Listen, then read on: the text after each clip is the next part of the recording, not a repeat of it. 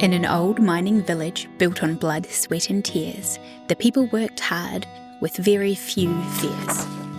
They dug oh so deep on that quest for precious ore. The tremors and warnings they chose to ignore. One day they struck too far, causing an accidental quake. The cave split open wide, causing the monsters to awake. It was a terrifying time, filled with chaos, filled with fear. Then heroes rose up. The miners all cheered. But inside this opened grotto, there was a rather sticky creature.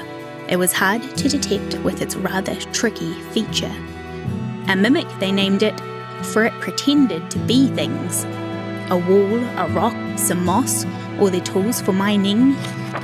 So a ballot was started, a box of sacrificial names. The elderly gents and the ancient old dames. They'd be mimic detectors, do their part to protect. Their mining days long over, they were basically decrepit. And to soften the blow, to say thanks for the snack, the family of the food got a precious ore sack. So it was going well enough. The miners sought for ore again, and at the next name drawing was old Miner Ben. With him 2 grandkids for whom he had the sole care. Their parents had been eaten the day the monsters left their lair. When his name was then pulled, the crowd went still, it went quiet. Then his grandkids cried out and someone called for a riot. But a soft wait was heard from the back of the crowd. A lady stepped forward to ask if she'd be allowed to go in old Ben's place to be the mimic detector. It's the way that she knew how to be her village protector. She put on a brave face, headed through the yawning crack. She was shaking inside, wished that she could just go back. Was the mimic that boulder, rock, stalagmite or chisel? Was the mimic that vein of very precious mithril?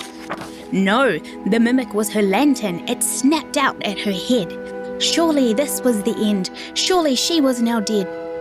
But it then spat her out, and the heroes descended.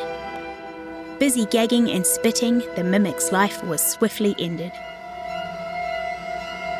The miners were thrilled. They could get rid of the ballot. They'd go back to mining riches because she was foul to the mimic's pellets. But then the bad-tasting hero, out of the corner of her eye, saw a miniature pickaxe trying to hide and not to cry.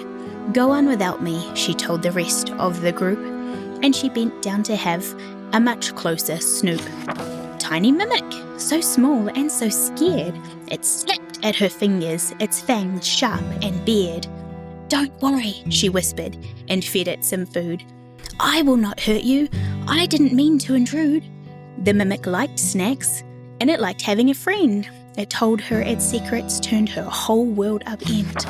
Wait, she called out to the heroes ahead. We've been wrong. They're not bad. The mimic's just scared. They were never the monsters that came out from the crack. They live here in the mountain and don't mean to attack. They're like a janitor, a cleaner. They eat all the dead. Stop the spread of disease. The mimic nodded its head. Then why do they eat us? The heroes loudly disagreed. To defend, they were afraid. They had nowhere to flee. Hogwash, they cried. You're crazy. You're dense. They left her in the cave. Her dread was immense. But she knew just what to do, thanks to her little mimic friend. She turned to look up. She had a mountain to ascend. And at the very top, she whispered quietly in its ear. The mountain opened its eyes and made its premiere.